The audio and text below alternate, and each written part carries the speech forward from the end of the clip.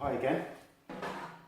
I want to make another Moeller video, this time about the way that the whip is used.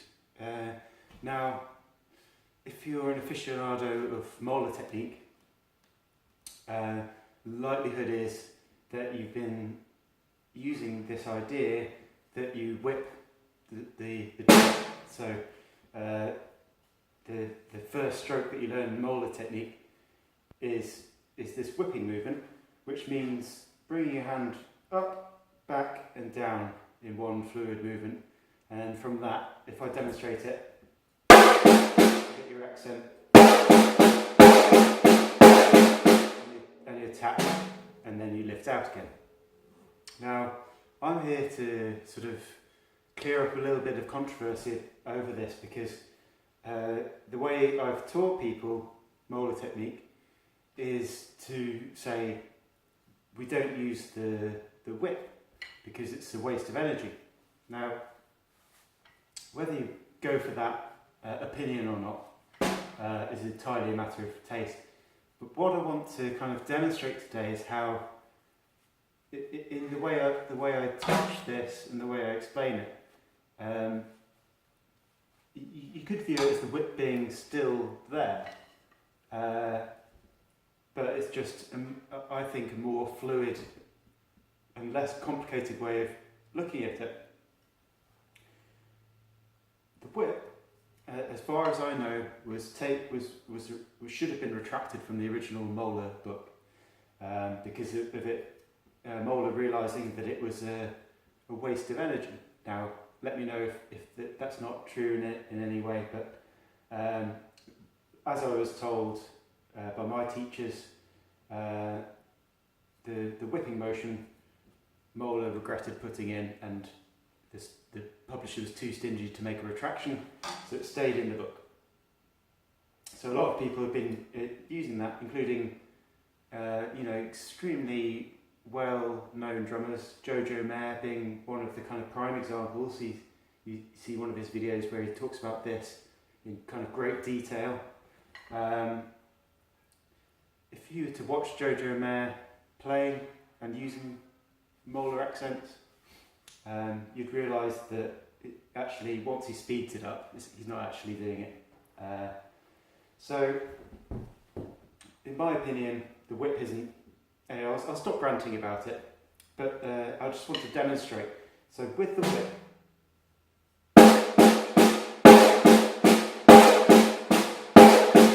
the starting point, you get the three strokes carrying through, and then you whip back to the accent, and the whip is essentially the pullback. So in previous videos, I've talked about three accents being separate things. The accent which starts from up here, not from down here and back and then down again, but starts straight from back here and lift back. Okay, and then that lift back, this is where the controversy is. When I lift back, I do this. Okay, which could be seen as the beginning of the whipping movement, except I'm not doing that and up. Okay, I'm just lifting back. And if we slowed this down,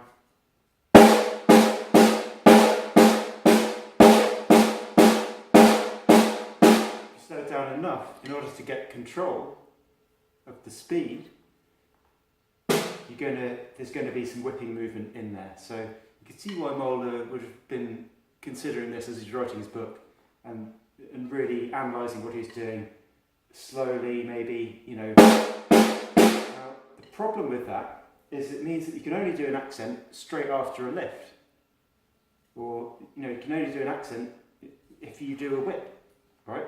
So all your accents are going to be predictable in the sense that to practice accents moving around within a roll, every time you do an accent you're going to have to do this quick fire back and down thing. So I believe that that wouldn't be the intention behind the Moeller technique. I believe the intention would be to be able to keep control for a long time, play fast, play dynamically, without exhausting yourself. Now, if you ask a physicist, potential energy is the potential for something to happen. So when my hand's up here, there's weight, okay, and in the stick, as I move my hand forward, the weight starts to transfer into gravitational pull towards the drum, and we're using that gravity to get our hit or to get an accent. So there we go, there's an accent. That's what I would call the Moeller accent. Now if you're doing a whipping movement, so if you're lifting your hand up and then go back down, all this time you could have just been doing that instead of going like this. So and what you can do is every time you want to do an accent, you can, as long as you put a lift before the accent, you can get the accent however you want. So the accent's still there, the energy's still there, but you're not this amount of, however long that takes isn't there, and you're not having to add energy to the system, you're just recycling energy, you're creating a cycle. So there's no such thing as perpetual motion, but this is as close as you could get to doing it as a human being, and you're free to disagree with me, as I'm sure a lot of people will do, because a lot of people have been taught like that, and I know that drummers are a stubborn bunch. But I just wanted to talk about that a little bit and hopefully clear up the reason why the accent is the way that I teach it, and not using the original lift. So I hope that is interesting and informative. I might make another video later on about Moeller and how to close off the Moeller technique and create faster rolls using it.